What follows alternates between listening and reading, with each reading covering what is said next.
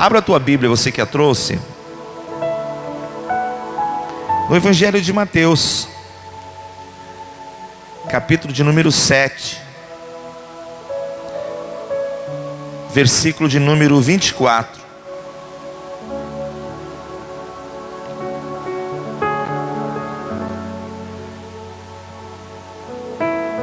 Quem achou aí diz um amém.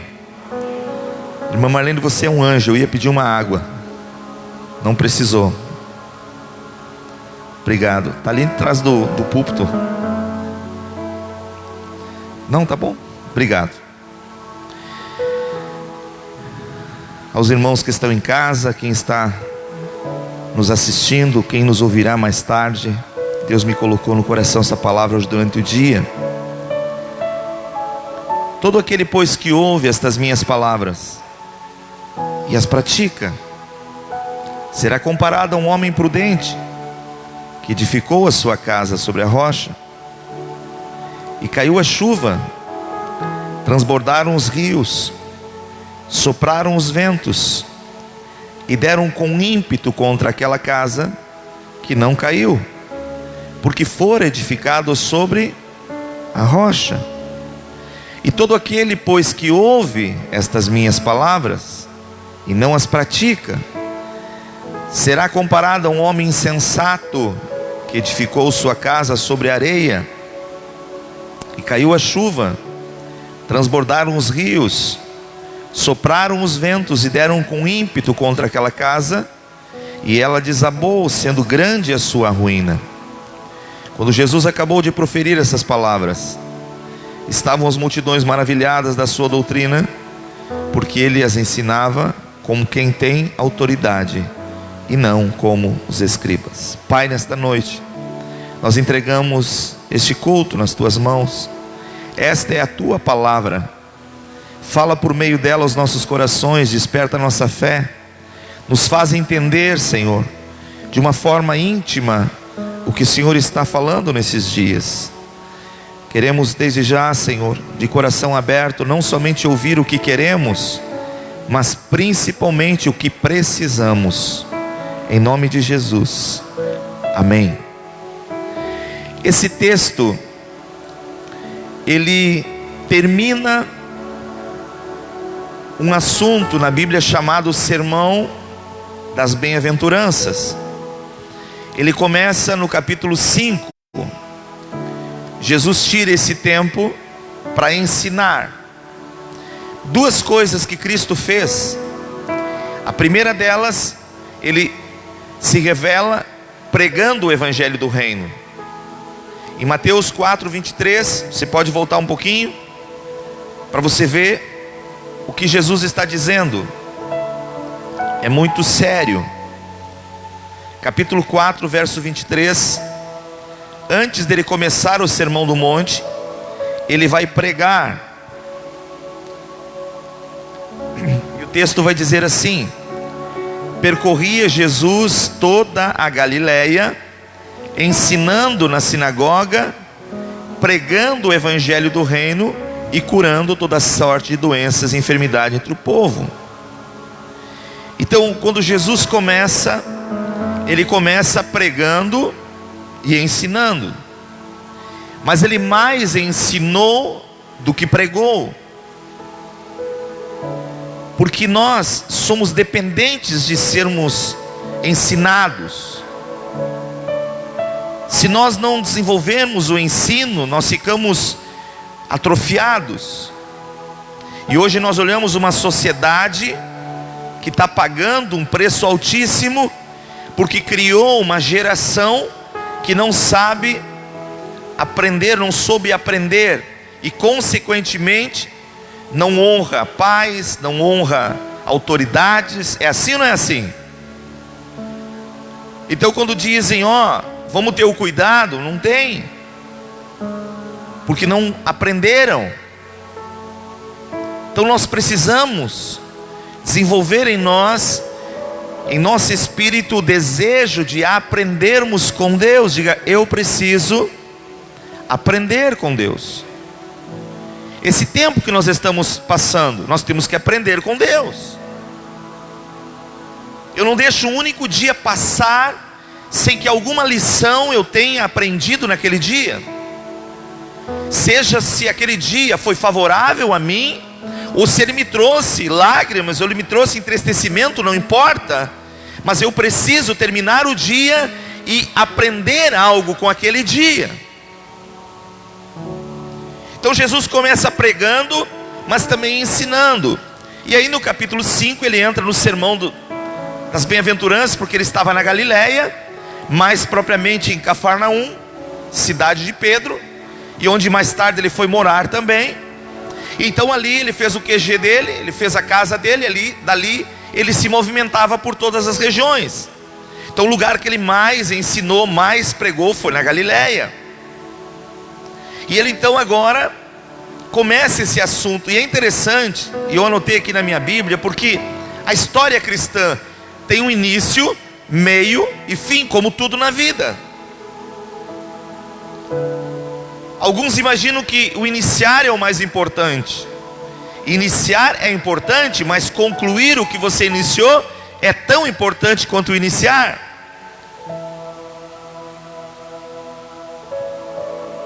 Porque se você entra num relacionamento, num casamento, e você pensa, não, se não der certo eu saio, o que foi bom no início não se tornou bom no final. É assim ou não é assim? Então quando nós começamos a nossa caminhada com Deus, pela sua misericórdia, a graça nos alcançou. O desejo de Deus é nos ensinar, e ao passar de cada dia, o nosso coração ser mais firmado, nós estarmos mais amadurecidos e sermos mais firmes com relação às coisas do reino. E aí Jesus então, ele vai ensinar no capítulo 7, se você olhar, ele vai ensinar sobre o juízo temerário. Ele vai ensinar que nós não devemos dar o que é santo aos cães. Você já leu esse versículo? Como assim, pastor, dar o que é santo aos cães? Ele vai dizer, não deis aos cães o que é santo, nem lanceis as vossas pérolas aos porcos. O que ele está dizendo? Muito simples de entender. Não perca tempo com quem não quer nada. Não tente dar algo para alguém que vai pisar em cima. Porque se tem uma coisa que o porco faz, é pisar na comida que ele recebe, é ou não é? Nem que depois ele tenha que comer aquela sujeira. Então o texto, Jesus está mostrando, e ele começa a ensinar várias coisas. Ele vai ensinar a orar, no capítulo 7, verso 7. No verso 13 ele vai ensinar sobre o caminho ser estreito. No verso 15 ele vai falar sobre os falsos obreiros, os falsos profetas. E tem um montão. Na internet está cheio. E ele vai trabalhando assuntos extremamente importantes. E quando ele chega no 24, ele chega falando dos fundamentos. E nos fundamentos, Jesus vai colocar aqui algumas coisas que a gente tem que olhar e perceber. Ele vai falar sobre chuva, rios e ventos. Tá? 3 elementos da natureza, cujo homem não tem domínio. O homem domina o vento? Só a Dilma que queria estocar vento. Sabe? Às vezes aparecem umas ideias meio... Mas o vento é um elemento da natureza que ora ele é agradável e ora ele é violento. E não há o que você possa fazer para controlá-lo. Então, por exemplo, os americanos, eles fazem as suas casas de madeira. Eles não investem que nem o brasileiro que faz de concreto, de alvenaria. Eles não fazem nada disso. Por quê? Porque lá o índice de tornados, de tufões, são muito grandes. Então simplesmente as casas são tipo casa de papelão. Enormes casas, mas tudo de compensado, de madeira leve, de caibrinhos. São casas lindas quando você olha por fora, mas o esqueleto delas, se você encostar a mão, derruba. Por causa que vem ventos fortes, então se constrói de novo. Eles poderiam ter feito algo para dominar o vento. Fizeram não? Não. Aí Jesus fala aqui, rios. Outro dia alguém publicou uma foto na internet de um córrego lindo, um gramado bonito perto daquele córrego e uma casa do lado, e botou assim: quem gostaria de morar? Aí eu olhei e disse: se eu botar eu vou ofender o irmão. Eu ia botar, eu não, porque na primeira chuva a água vai levar o casebre que está do lado. Quantas vezes vocês viram que o Barnabé que está tapado quase não vê água, é ou não é? Mas quantos estragos o Barnabé já fez? Quem mora naquela região ali sabe disso. Tem dias que você não enxerga o corre da água, mas quando dá uma tempestade de chuva e transborda, leva tudo pela frente. Então como é que você vai morar do lado de um córregozinho de água?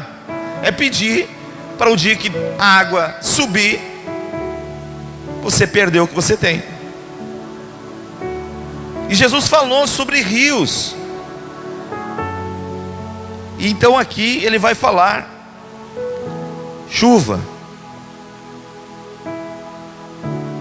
Eu nunca entendi essa questão de metros, de milímetros. Quando eles dizem choveu 80 milímetros, choveu 100 milímetros. Você já entende sobre isso ou não? Alguém aqui entende não? Quem entende aqui? Levante a mão se alguém entende. Choveu 50 milímetros. O que está dizendo ali? Que choveu 50 metros de água por metro quadrado. Uau! Você imagina derramando baldes e baldes de água naquele espaço. Tem alguém que consegue deter isso? Não. Agora recentemente em São Paulo teve uma cidade que inundou de água. Choveu noite e dia, uma coisa exorbitante. Então Jesus usa 3 elementos: o vento, os rios. Olha o que ele está dizendo aqui. Ele vai falar sobre a chuva, rios e ventos. Só que ele está usando elementos naturais para falar dos elementos espirituais. Ele está falando de situações que viriam, aconteceriam no decorrer dos anos, de gerações em gerações, em coisas das quais nós não teríamos como controlar. Aí pergunto para você: estão conseguindo controlar a pandemia? Sim ou não? É um vento que começou a soprar há um ano.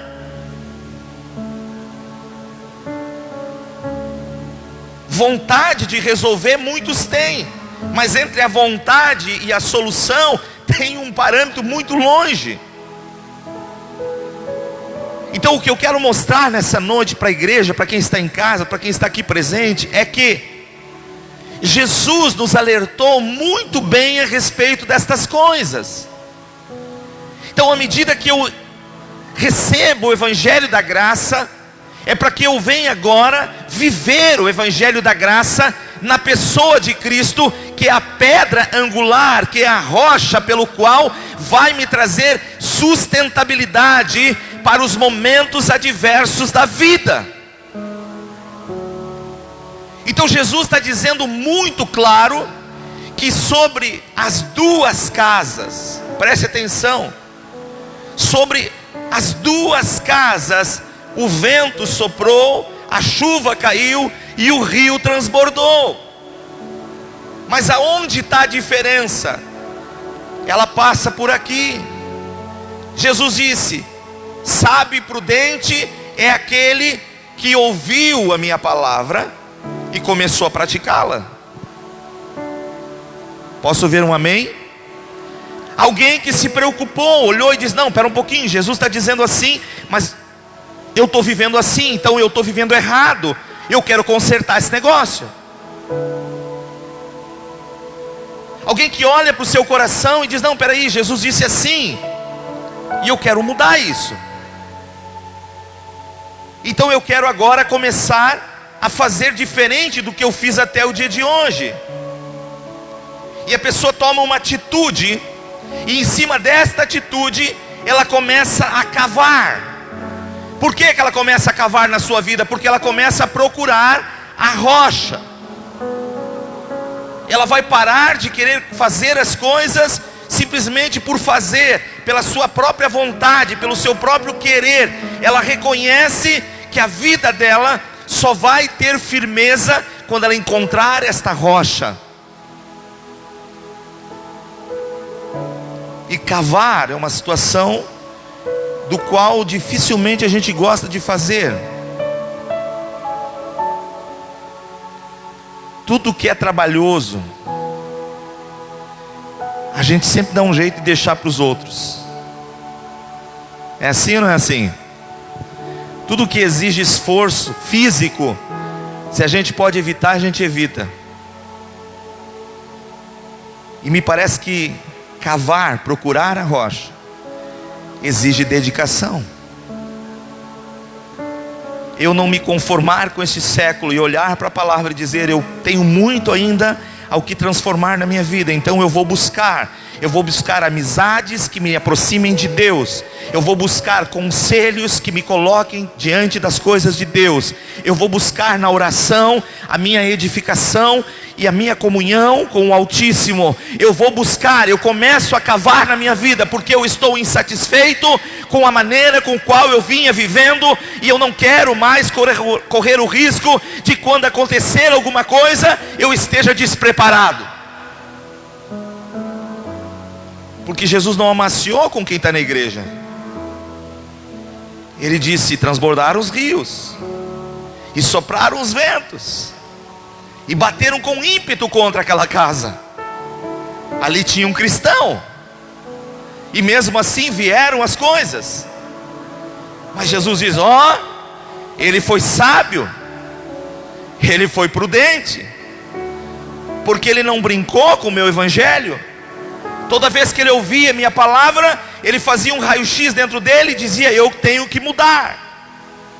Eu tenho que mudar a minha maneira de viver, eu tenho que mudar os meus hábitos na minha casa, eu tenho que mudar o meu relacionamento com a minha esposa, eu tenho que mudar o meu relacionamento com os meus filhos, eu tenho que mudar o meu relacionamento no trabalho.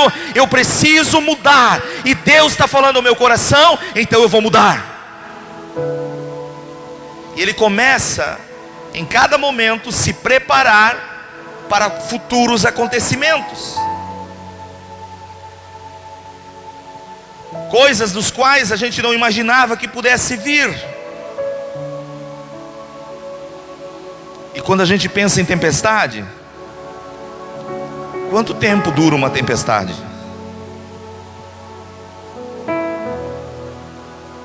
Ela tem um período.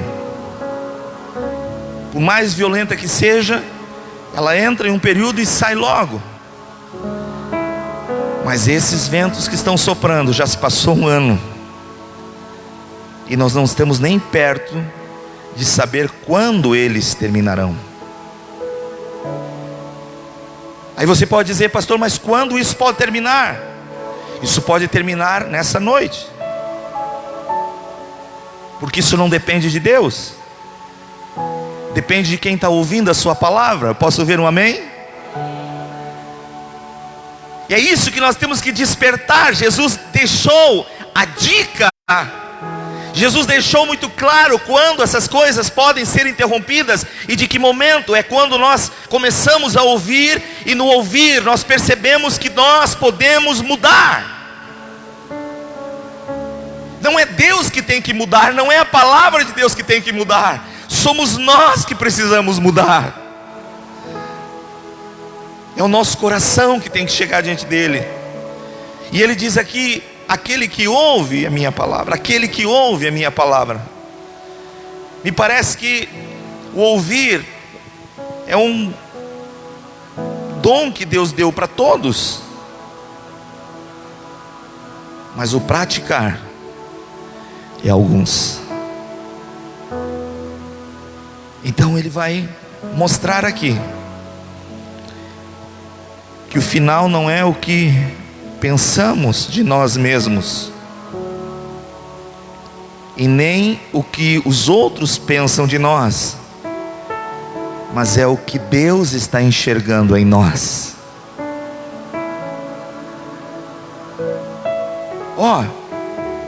Raciocine comigo.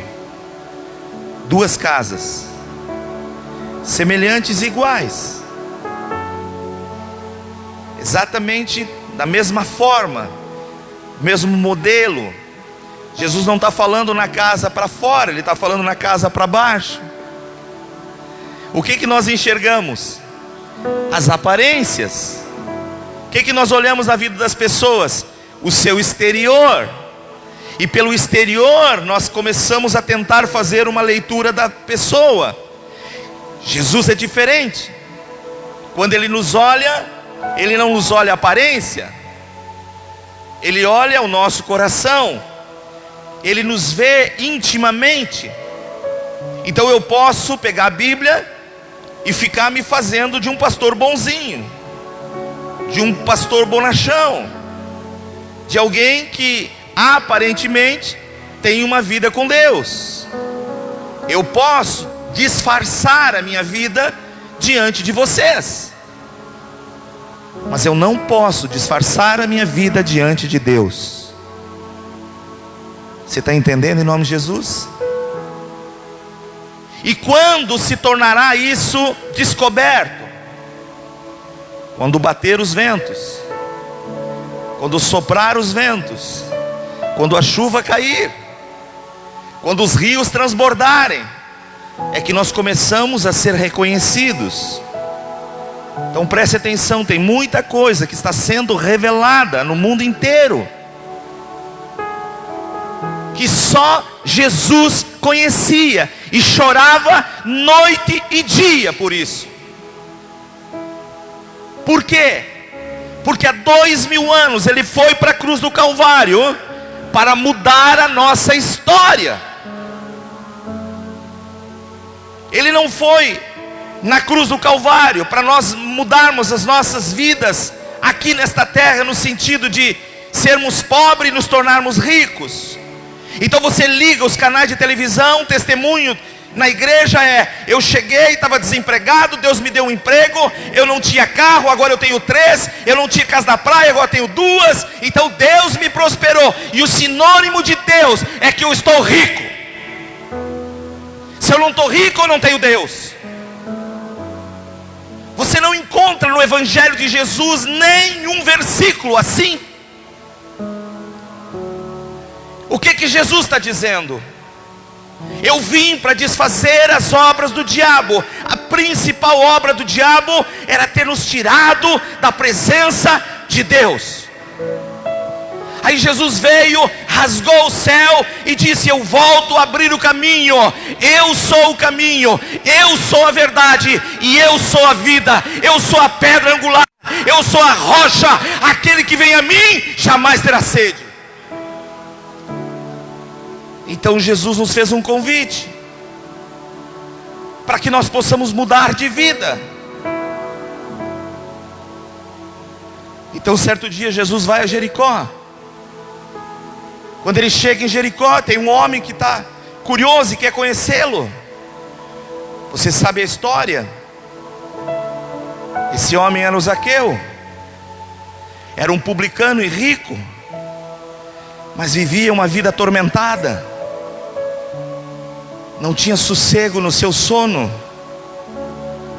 Aí Jesus entra em Jericó. Ele, curioso, tenta ver Jesus, não consegue, a multidão é enorme. Ele tem uma ideia: eu vou correr na frente, vou subir numa árvore. Quando Jesus passar, eu vou conhecer quem é esse homem. Quando ele sobe a árvore, Jesus se aproxima. Jesus olha para a árvore e diz: Zaqueu, desce depressa, por me convém hoje ir até a tua casa. Zaqueu ficou surpreso.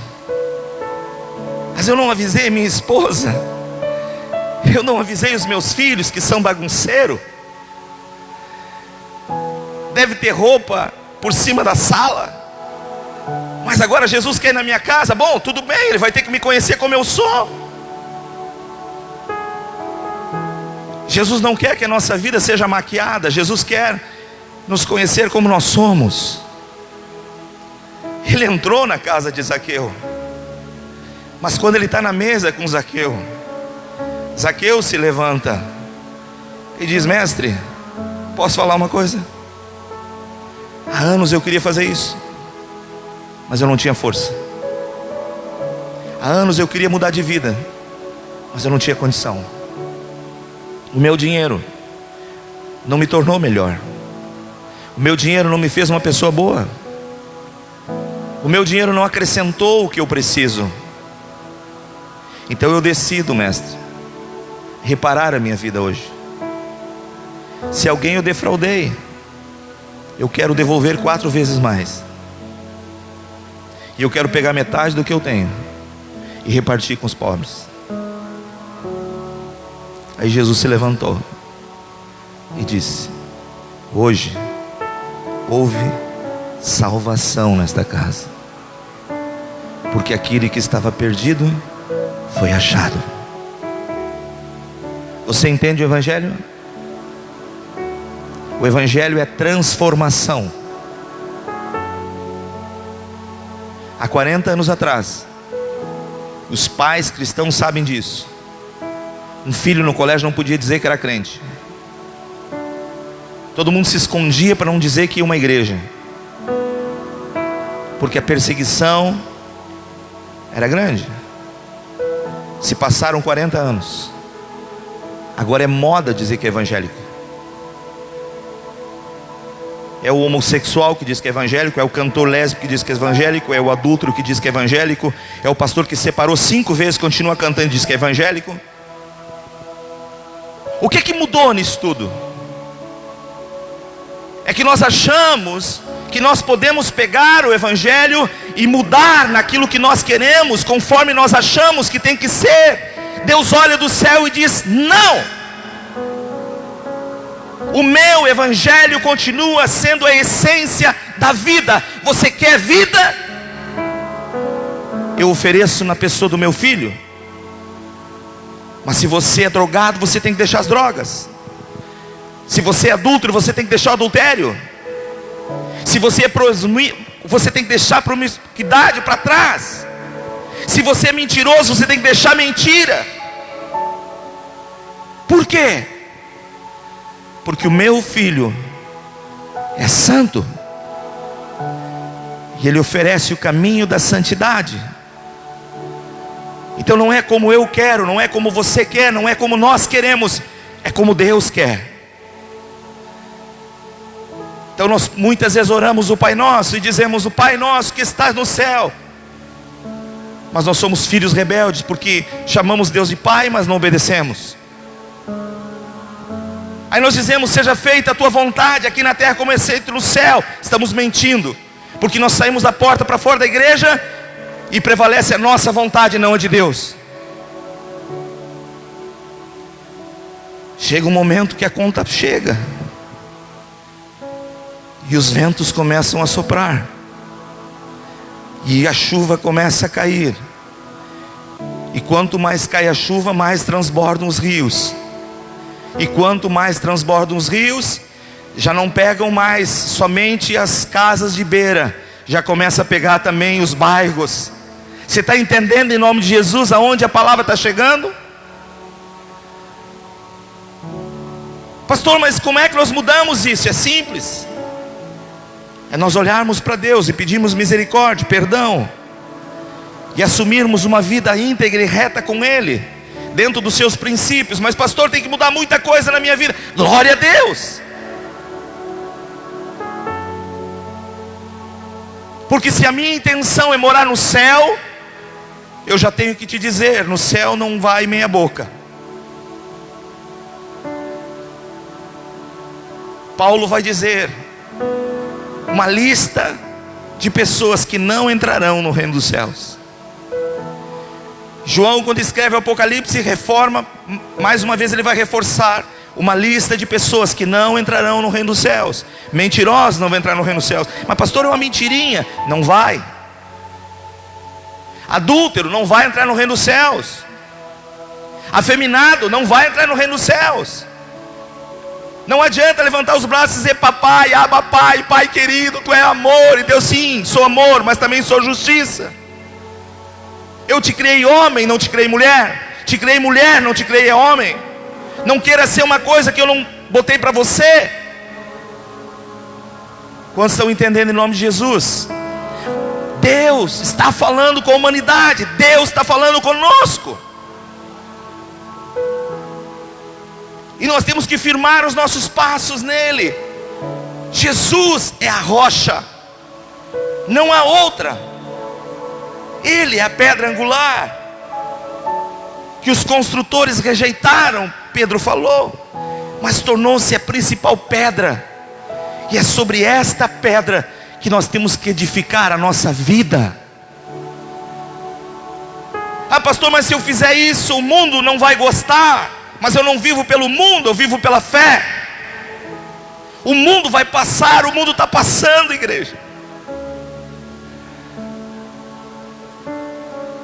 Por isso que quando Paulo foi pregar, ele disse: eu tenho pregado, e a minha pregação não consiste numa linguagem persuasiva humana, mas de poder e demonstração do Espírito Santo, para que a vossa fé não se apoie em mim, mas no poder de Deus em Cristo Jesus.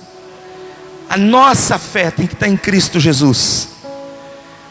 Então você olha, Jesus dizendo aqui: transbordaram, os rios sopraram contra aquela casa. Mas o que aconteceu? Ela não desabou. Por quê? Porque ela foi construída sobre a rocha.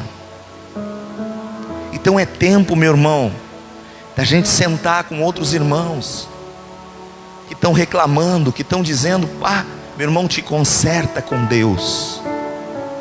Não tenha vergonha, se você conhece alguém que não está vivendo como tem que ser o Evangelho, de você olhar no olho e dizer: meu irmão, é tempo de arrependimento. Volta lá onde tu caiu, volta lá onde você errou, volta lá o que aconteceu de errado, conserta a tua vida, porque esse é o momento de conserto com Deus. Deus está chamando as nações para um tete a tete. Arrependei-vos.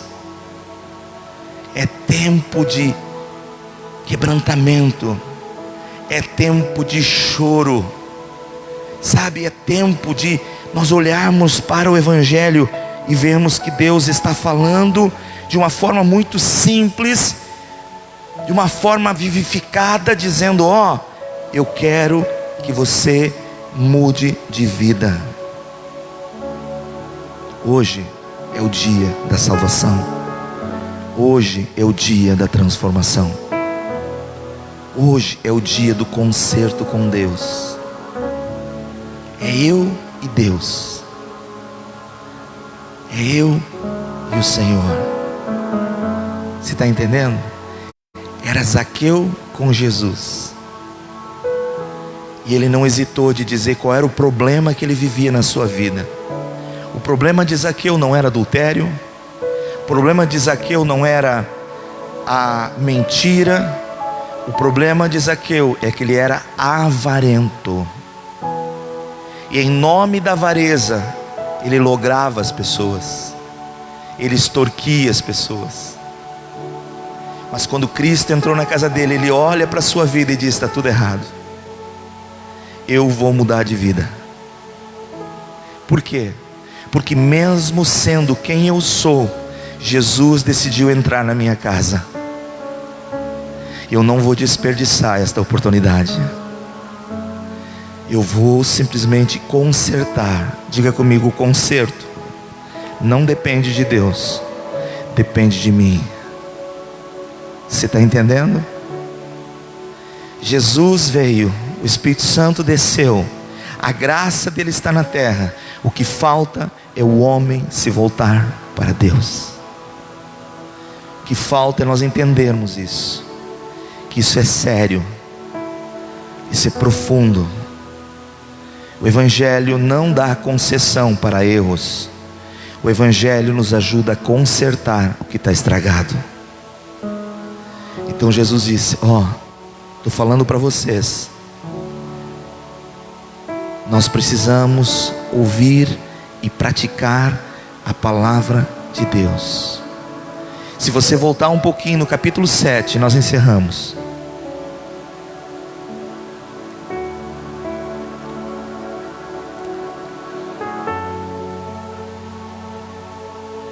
Versículo de número 19. Toda árvore que não produz o quê? O que acontece com ela? E lançada onde? Diga comigo: eu sou uma árvore. Ai, ai, ai, ai, ai, ai, ai. É isso mesmo, pastor? É. Como Jesus usou os elementos da natureza para mostrar a fúria de coisas, Ele também vai comparar o homem com similar objetos. Então Ele vai dizer aqui: toda a árvore que não produz bom fruto, toda pessoa que vem na igreja e vai da igreja, entra na igreja e sai da igreja, e não toma uma atitude no seu coração para viver para Deus e produzir bons frutos, porque é impossível produzir frutos longe de Deus. Jesus diz: corta, e mais do que cortar, lança no fogo. Pastor, assim o senhor está metendo medo em nós. Não, irmão, está na Bíblia. Eu não sei se você já leu isso, mas é a mesma Bíblia que você tem, eu tenho. É a mesma Bíblia que está à nossa disposição diariamente. E todo dia eu acordo e Deus diz: ai, Maurício, tem fruto? Não tem. E eu penso: não, Deus não está nem aí, eu vou curtir minha vida. Então final do ano, praia. Carnaval, dá uma fugidinha para a praia.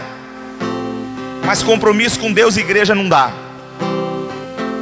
Você está entendendo em nome de Jesus? Aí o que está acontecendo? Verso 20: assim, pois, pelos seus frutos os conhecereis. Como é que Jesus conhece uma pessoa? Pelos frutos. Como é que você conhece uma árvore? Se você entrar num pomar sem fruto, você vai acertar umas e vai errar outras. Mas se você entrar num pomar onde todas as árvores têm fruto, você vai olhar e vai dizer: aquele é um pé de caqui, aquele é um kiwi, aquele é um abacate, aquela é laranja, aquele lá é limão. Olha ali, tem até um abacaxi. Porque você está vendo o fruto. Pelo fruto você conhece a árvore. Como é que você conhece o cristão? O cristão é aquele que vai na igreja. Eu vejo meu vizinho todo dia entrando e saindo com a Bíblia, eu acho braço, isso é cristão. Não, não é. Nós não somos cristãos porque nós pegamos uma Bíblia e viemos para a fonte de bênção. O que me torna um cristão? É quando eu pego a palavra que está sendo pregada, anunciada, e começo a colocar no meu coração e começo a viver ela. Amém? E então nesta vida eu estou mostrando os meus frutos. Eu era assim, agora eu sou assim. Quem me conhecia antes vai me conhecer depois. Quem me mudou não foi a fonte, quem me mudou foi Cristo.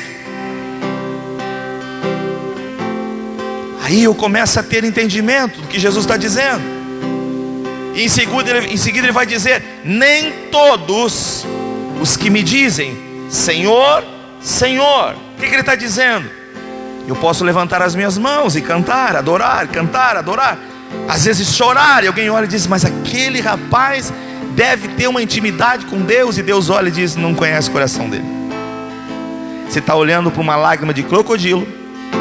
Você está olhando para um coração frio, soberbo, que ninguém conhece, só eu. Mas ele vem, levanta os braços, canta, chora, mas não muda de vida. Nem todos que me dizem Senhor, Senhor entrarão no meu reino, mas todos aqueles que fazem a vontade do meu Pai que está no céu. Quando Jesus entrou na minha vida, na tua vida, foi para que nós, a partir daquele momento, passássemos não mais a fazer e desejar a nossa própria vontade, mas a vontade do Pai, que olhou para nós e viu que estávamos perdidos e decidiu nos resgatar. Então, quando você lê sobre Zaqueu, Jesus está dizendo: como eu fiz com Zaqueu, eu posso fazer contigo também. Mas você tem que dar uma resposta para Deus. Você vai ter que te levantar, sem medo do teu passado, do teu presente, e dizer: Deus, chega. Hoje eu quero botar um ponto final. Do jeito que eu vivia, eu não vivo mais. Começa uma nova pessoa dentro de mim, razão pelo qual o Senhor entrou na minha casa, para mudar a minha vida. Então nessa noite, fecha os teus olhos.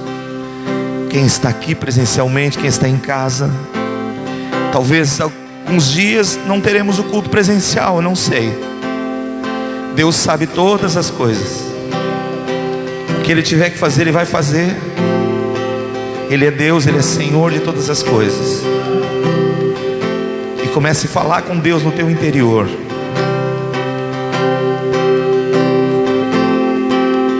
Comece a dizer: Jesus, o Senhor conhece a minha vida mais do que eu conheço.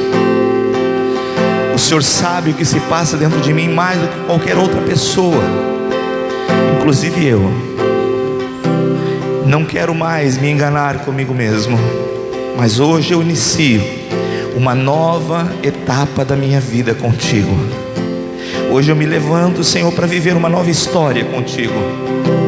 Senhor, eu sei que debaixo da tua graça eu vou passar essa pandemia, debaixo da tua proteção. Note uma coisa, eu publiquei inclusive no meu Facebook uma frasezinha que dizia: o sol nasceu para todos, mas a sombra do Onipotente só para aqueles que se refugiam em Jesus. Jesus disse, o Salmos 91, aquele que habita no esconderijo do Onipotente. O esconderijo de Deus nessa terra é Jesus. Não há outro lugar. Não há. Não há governo federal, não há governo estadual, não há governo municipal. Ninguém vai poder fazer o que só Jesus pode fazer. Então é momento de nós olharmos para Ele. Senhor, nessa noite nós convertemos o nosso coração a Ti. Oh Jesus, a Tua palavra nos impactou nessa noite. Senhor, nós queremos mais de Ti, nós desejamos mais da Tua presença. Aviva-nos, ó Deus, aviva a nossa fé, aviva o nosso coração. Aviva-nos, Deus, desperta-nos, ó Pai. Oh Jesus.